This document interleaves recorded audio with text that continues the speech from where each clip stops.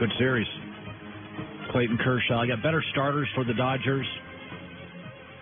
Brewers want to get to the fifth inning, give it to their bullpen. Josh Hader, Metallica guy, his lights-out closer. By the way, just touching on the Jimmy Butler situation, Jimmy Butler's a good player. He's not a superstar. He's not Durant. He's not LeBron. He's not Kyrie Irving as a talent. But I had a source last night very close to the Olympic movement told me that 2 years ago, the Olympic team had a lot of big personalities. Boogie Cousins, Draymond Green, Kyrie Irving, Melo. It had a lot of egos and a lot of big personalities, and they all got along except Jimmy Butler. So Jimmy Butler on a team at the Olympics full of dudes that could play. And again, Boogie was there, Melo, Butler, Draymond, DeMar DeRozan. There were Klay Thompson. There were quiet guys. There were outspoken guys. There were big ego guys. The worst field goal shooting percentage was Jimmy Butler. And my source said last night, quote, he was an odd fit. So, you know, I think there are just certain players in this league that struggle playing well with others. And he struggles playing well with others, and I hate to see it because you're Carmelo Anthony, you're Derrick Rose, and by the time you figure it out, oh, God, you can't win by yourself. You've had a couple knee surgeries. You're not the same player. So good luck to Jimmy Butler, but I think he could be on his third team in 3 years, and he's not, you know, DeMarcus Cousins, by the way, who's talented and difficult, figured it out. He just signed with Golden State. That guy was like, you know what, I want to win some games. And Boogie's more talented than Jimmy Butler, and he's difficult, got an ego, can be selfish. That's his brand, and he just figured it out. I'm going to go play with Golden State, resurrect my brand. I hope Jimmy Butler can figure it out. He's good. He's not great. And good players don't win squat without other really, really good players or great players around him. And with that, the former player, the former scout, now writes, NFL Network, a broadcaster, one of my friends, Bucky Brooks. Hey, Jeff. We spent a lot of time before the draft analyzing. I said I would have taken Darnold 1, and I'd have taken Bradley Shebb 4 if I was the Browns. I tend to like the bigger defensive player over the smaller one over time. Now, Denzel's been great so far. He's been great. And Baker so far has been, I think he's the most accurate. You know, I think Sam Darnold's got a lot left to grow. Baker used all 5 years of college. I think he's closer to his ceiling, but I don't think he's reached it yet. I would compare him to Kyle Kuzma of the Lakers. You go to college for 4 years, you're much more refined. You're closer to your ceiling. I think Sam's got a long way to go, and he can be sloppy and reckless. But let's talk Baker, and let's talk the Browns right now. I look at them and the Chargers, and it's a coin flip, and I think a lot of it is Browns have a good roster. They got good players. Oh, for sure. They absolutely have good players. And I think what you said, everything you said about Baker Mayfield, and even the decision that they went with Denzel Ward over Bradley Chubb, all those things are solid points. I think with Baker Mayfield, what they got was an experienced player, a right-now player, meaning his experience at college, his experience playing in a number of big games at Oklahoma, the 48 games or 50 games that he played at Oklahoma, he was more ready to play in the National Football League than some of the other guys. Yeah, those were double Allen, double Darnold, double Rosen. And what you're seeing, he jumped into a situation where they now have given him the keys to an offense. They have some playmakers available. He's playing behind a defense that has some star players. Myles Garrett is going to be a star. People haven't talked about Christian Kirksey for a long time, but he's a solid player. And you're seeing Denzel Ward emerge as a legitimate all-star on the outside. Yeah, he's having a great rookie year. Baker Mayfield is doing exactly what they asked to do. And the one thing that I can say to his credit, he brought energy. He gave that team some sauce. He gave them some confidence. He gave them some swagger, and it's playing out. The Cleveland Browns are going to be a hard out in the AFC North because talent-wise they can match up with all the teams, and now they're beginning to win games, and they're playing with the confidence. It's going to be tough to deal with them going forward. By the way, this is the best division in football to me. I mean, it's very, very, very competitive. And the team that people don't talk enough about, the Cincinnati Bengals. No, I don't trust them. See, there you go. Marvin Lewis was on the hot seat last year, but the last 2 games his team played for him. And then when you go back and you look at their drafts, they've traditionally have drafted well because the Cincinnati Bengals do what a lot of teams want.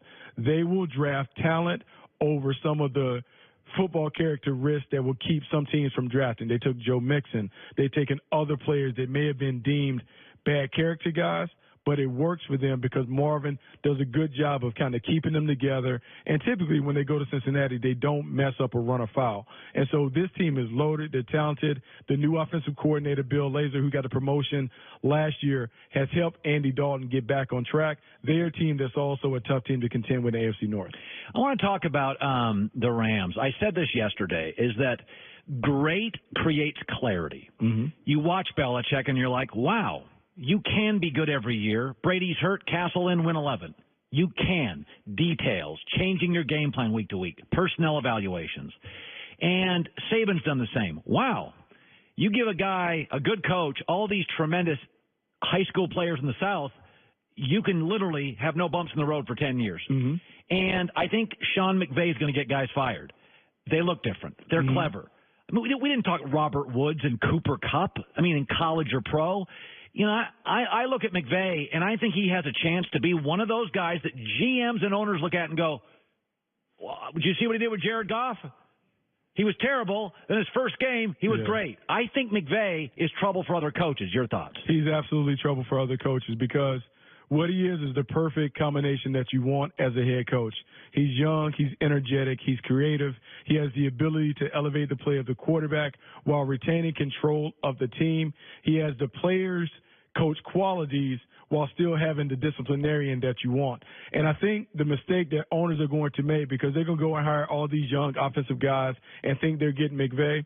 What you have to understand with McVay may be 31, 32 in real years, but he's 50 in dog years. And the reason why I say that, his granddad was president of the 49ers, so he always was around. And I had sources tell me, like, look, you have to understand, he grew up around the 49ers when the 49ers were at their best.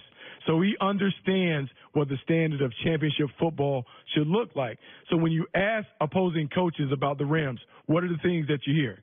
Man, they're so detailed. They're so disciplined. They do a great job of putting you in binds that you can't get out of. Well, who does that sound like? It sounds like the 80s and 90s 49ers.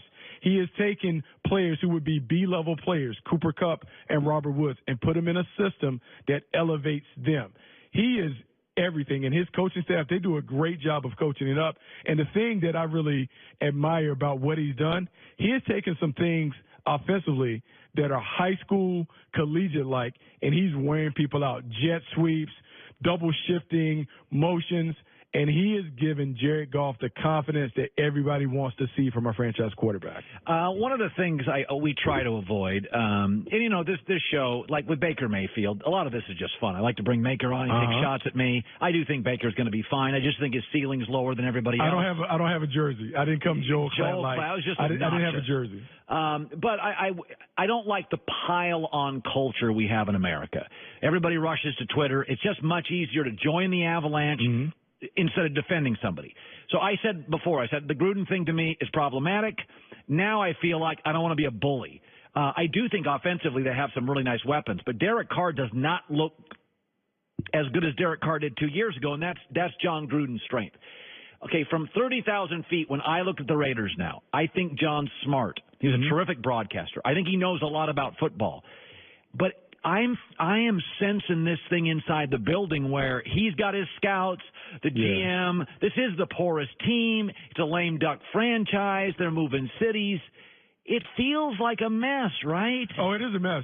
It's a mess in a couple of different areas. You bring up the two different sets of personnel, staff. You normally don't have a GM and their scouts. Then the head coach has his scouts, and they don't work together and they don't come together. That is not the way that I was taught in this business to do it. And the way that, like, Gruden and Reggie McKenzie, they all were around Ron Wolf. That's how I learned the game. Ron Wolf would say everyone has to work as a collaborative effort. We are all trying to make team decisions, whether we agree or disagree. When the decision is made, it's a team decision. And so that's a little odd. But I'm going to say this about Derek Carr, and I know people are going to say, oh, John Gruden doesn't have him playing. This could be the last year for Derek Carr in Oakland. This might be it for Derek Carr. They can get out from Derek Carr's contract after this season. All the guaranteed money be paid up. It'll be a minimal cap hit. When you look at the move that John Gruden made when he got a couple of first-round picks and he didn't re-sign or he traded away Khalil Mack, he could look at Derek Carr and say, man, you know what? He's struggling for me. He's not the player that I thought he was going to be. I can go in 2019 and I can look at one of these new fancy cars playing in the college game, and I can make that guy my franchise quarterback. I think people need to remember in Tampa, he went through 9 different starting quarterbacks. He's impatient. Every year was a different starter. And so if Derek Carr doesn't turn this around quickly, and you can't look at the completion percentage, you have to look at the way that he plays and if they win games and score a lot of points. If he doesn't turn it around, John Gruden is going to be there, but there will be a new franchise quarterback in Oakland. That's big. And by the way, you're seeing something. Last 13 first-round quarterbacks, one bust, Paxton Lynch. Mm-hmm. It used to be a coin flip. You know that, Bucky. Yep. I mean, you cross your fingers in the first round. Forget the second, third, fourth. The league is implementing so many college things into pro football that, like, I don't even like Trubisky. And I'm like, oh, he got the right coach. Oh, yeah. He got the right RPO. It's like, oh, Mitch Trubisky can win games in the NFL. Absolutely. So what is happening? And, like, this is something. It's a good development for the league. You're not having busts. This kid at Oregon, first day will play in the NFL. Oh, he's going to be terrific. There are a lot of quarterbacks in the college ranks that can play. That would be terrific. You can talk about Herbert being a guy. Justin Herbert, Oregon, Justin Herbert, Will Greer from West Virginia is going to be solid. You have that Tua kid in 2 years from Bama.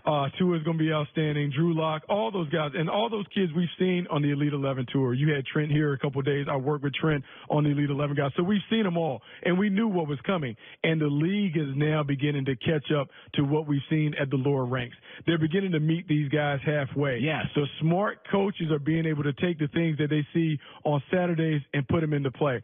I'm going to tell you quickly about a story about Andy Reid. When I bumped into Andy Reid at the Combine, Andy Reid coached me at Green Bay. Andy Reid said, look, we weren't even the Baker Mayfield sweepstakes. But I'm looking at all of his tape because the stuff that Oklahoma's doing is outstanding. So lo and behold, what happens when I turn on the games on Sunday? Oh, that's the play that Oklahoma runs. Oh, the fly sweep stuff they're doing with Tyreek Hill. That's the same stuff that you're seeing on Saturdays. The smart coaches are taking Saturday football and they're making it Sunday, Monday, and Thursday football. By the way, outrageous. Patrick Mahomes was asked about Tom Brady. He said, yeah, he's one of the best quarterbacks ever. Depends on what you like. You know, like winning. Mahomes is talented, but can we scale back a little? How do we know if he's good pre-snap?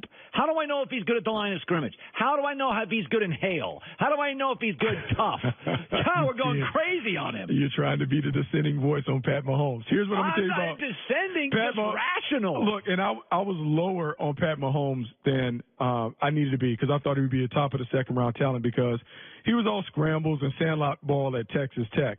But what I would say about Pat Mahomes is the things that I'm hearing from Chiefs players and coaches remind me of when I was in Green Bay when Brett Favre was winning 3 straight MVPs. This dude is a unique combination of blue chip talent with a blue collar mentality. He works hard. He does all the dirty work. He's in the film room. Andrew Luck. He does all the stuff. He is all of that stuff. And I didn't think, I thought he was a smart kid. We had interviewed him before, but I didn't know. He is all in. And the hope that he gives his teammates makes him a magician. He is what you want as a franchise quarterback. And Andy Reid and Eric Bieniemy have done a great job of tailoring the offense to fit his strengths. And the redshirt year helped him because he didn't have to be rushed onto the field. They could take a 12 to 14-month plan to develop him. All right, finally here. I have been very critical of wide receivers in general that, I've always said they're the icing, not the cake, although I did say before the season that because of 2 rule changes that were both pro receiver, I'm getting more comfortable with paying the guys in the perimeter. I've also been very critical of Odell Beckham, but I will defend him on this, is that every family has to have somebody strong enough to tell grandma she can no longer drive and that grandma stop talking politics at Thanksgiving. When I watch OBJ and what he said, if the GM won't talk about it, the owner won't talk about it, the media is defending Eli. So you know what I want? I want the biggest star in the franchise to go, we got an issue here. Yeah. By the way, Alan Hearns comes out against Dak. I got Cole Beasley coming out against Dak. You tell me Odell Beckham can't come out against Eli? Look, it's kind of funny because we always ask our athletes to be honest, to be upfront, to be forthright. Then we crush them. And then we crush them. So, look, what Odell Beckham Jr. is saying, what every executive around the league is saying about Eli Manning. Eli Manning is no longer the guy that you fear as a quarterback. That's right. He hasn't been that guy for the last couple of years. And, in fact, Odell Beckham Jr. basically saved Eli's career when he came in 2014. He elevated his game. Odell Beckham made a ton of plays on catch-and-run concepts that allowed Eli to continue to function. But what you're seeing here, he's the old fighter in the ring who can't get the jab off. He can't throw the right hook. He doesn't have the ability to throw the ball down the field. He can't escape the rush.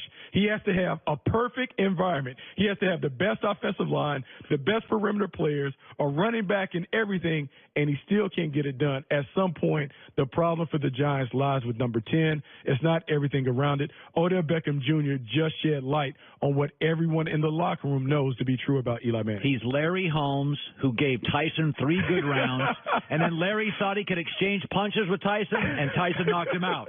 Remember Larry at the end? I did. And I told Dave that he's Muhammad Ali with the mustache. That's who Eli Manning is right now. He's a shell of who he was. Look, he may still go in the Hall of Fame, but he's no longer that guy that we fear. He's not a top 10, a top 15, even a top 20 quarterback. Great seeing you. Bucky Brooks played Scouts, my friend. Good seeing you. Thanks. Joey? No. Heard on the news. This is the Herdline News. Colin, Kyrie Irving hasn't been eager to discuss his time in Cleveland, but he's settled into his second season in Boston. Yeah. And he's recently opened up a little bit more. He told Bleacher Report, I think it was the best move for my career, honestly, because it wasn't about any particular person or anything like that. It was just time. It was just time. It may not have looked time for everyone else, but for me, it was time. I think it was the best thing I've done, honestly. All right. Well, he went and got a great coach and a roster full of really good players. So I think leaving LeBron is generally a mistake, but I will say this. He didn't know he was going to end up in Boston. He landed on his feet. That's about the best place you could go as a point guard to a roster. I got Jaylen Brown in the wing. I got Jaylen Brown can defend in the backcourt because Kyrie can't defend. I got Tatum. I got Gordon Hayward. I got Al Horford. So, I mean, he ended up. It's one of those things. I wouldn't have done it, but he ended up at the right place. Well, everything happens for a reason, right? Like when he first did it, everyone was freaking out. How can you leave LeBron? You just don't want to deal with the pressure. You're a me guy and all those things, right? And he ends up in Boston.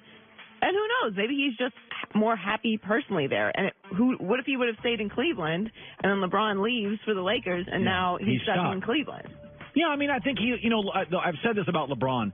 LeBron has told us multiple times what he is, and what he is not loyal. And so Kyrie Irving's like, okay, you're sending me messages. I'm watching your messages, and your messages are, I'm going to leave on my terms, and Kyrie's saying, I'm going to beat you to the punch. I'm going to beat you to it. Now, Kyrie didn't know he was going to end up in Boston. Again, sometimes you make a decision I don't love, but it works out perfectly. Well, you take a risk. It worked out perfectly. So we keep talking about the culture change Baker Mayfield has initiated in Cleveland, and former All-Pro offensive lineman Joe Thomas thinks Baker is their very long-term answer. All right. Well, what I think is that the Browns have found a quarterback for the next 15 years that fans can get excited about and show up on Sundays thinking that no matter who the opponent is, we have a chance to win this because we've got a guy in that position that gives us that chance. Now, he blocked for 21 quarterbacks. Yeah. He's right. No, but Baker is their guy. But I do believe what I said earlier is that the longer you stay in college, Kyle Kuzma, Lakers, stayed in college for 4 years. He's much closer to his ceiling. Brandon Ingram played 1 year of college, came out. Brandon's growth is going to be exponentially higher. So Brandon Ingram this year, you'll notice it very quickly, is a better player than Kyle Kuzma. Last year, it felt like Kuzma was slightly better. This year, you'll notice very quickly, Ingram is better. Kuzma's much closer because he spent 4 years in college to his ceiling. Baker spent 5 years in college. Rosen, Allen, and Darnold all left 2 years on the table in college. So I think Baker's closer to his ceiling, but I still think he has some room to grow, and I think he's going to be around for a decade. I think the biggest thing for this year for Baker is not necessarily to get the Browns to the playoffs or anything ridiculous. Just be consistent in your play, win some games, and change the culture in Cleveland. Nobody's expecting any great things from the Cleveland Browns this year. If you can do those three things, I feel like that's an accomplished year. I predicted the Jets would be 7-9 with Sam Darnold. I predicted the Browns would be 6-10. I still think the Browns are probably 6-10 or 7-9. I'd probably go to 7-9. I think their defense is. I think they're. But remember, their division's tough. They got Cincinnati twice. 7-9 is a wildly drastic improvement for them. Yes. So, and then I'm not huge on moral victories, but you can't expect them to turn around to a Super Bowl team in 1 year. So finally, the Cowboys. Cole Beasley started off by mentioning the Cowboys receivers are getting open. Then Alan Hearns took it a step further, taking a shot at the play calling. But Ezekiel Elliott says there is no blame game happening in the locker room. There hasn't been any finger pointing at all. You know what I mean? I mean, even when, as an offense, we've struggled this year. And when we go over to defense, like, hey, we're sorry. We didn't hold up our end. You know what I mean? There's more. No, we need to do more. You know what I mean? We need to go out there and win that game. You guys don't have to go out there and win it. We were in the position to go out there and win it. So, there's enough accountability in this locker room, and that, there's not going to be any finger pointing. The guy that may get pointed out is going to say, hey, that's on me. I up. You're not going to need anyone to go over and say, hey, you need to get your together. It's a really crucial year for the Cowboys, the way that they are assembled right now. They got a lot of decisions. Yes. There's 3 good quarterbacks coming out of college. Justin Herbert from Oregon will go number 1, and most teams don't need a quarterback. There are not many left. There are not many left. You can count it on. I'd ask everybody right now, who needs a quarterback? Giants. Well, if they're willing to do it, but the Giants are obvious, and I think the Cowboys have to look into drafting one. Once the Saints went and got Teddy Bridgewater, Carolina doesn't, Atlanta doesn't. I don't think Tampa Bay does. You can always be in the market for a good backup quarterback, but I'm talking first-round guys. Yeah, first-round guys. And there's going to be 3 guys taken in the first round. The kid at Oregon's going to be number 1, and then you can figure out who is after that. But they got big questions in Dallas with their coach and with their quarterback. Crucial year. Joey with the news. Well, that's the news. And thanks for stopping by. The Herd Lie News. By the way, if you didn't hear Greg Cosell today, he was about as good as he's ever been on our show. He was absolutely fantastic. You can go to our podcast, go to iHeartRadio, the Herd channel. I have my own channel there. It's on a loop. Boy, Greg Cosell was just great getting you ready for the NFL weekend. Tonight, Giants and Eagles. Listen, I've been sleeping on a Casper mattress for almost 5 years now. I've got 5 in the house, and we're moving around the corner, and we're taking all our Casper mattresses with us. Switching to it was an absolute no-brainer, high-quality, affordable price, cool and comfortable. The alignment is perfect. And listen, from engineering to packaging, it's perfect. 100 nights, 35,000 5-star reviews on Google, Amazon, and Casper.com. Sleep on a Casper, ship it to you for free, let you sleep in it for 100 nights, and if you don't like it, they take it out again, refund you all the money. Casper.com, code HERD, H-E-R-D. That gets you $50 off select mattresses. Casper.com, code HERD. Terms and conditions apply. Comes in a box so small, hard to believe there's a mattress in there. Casper.com, code HERD. Oscar Mayer Deli Fresh Ham has no added nitrates, or artificial preservatives. Now,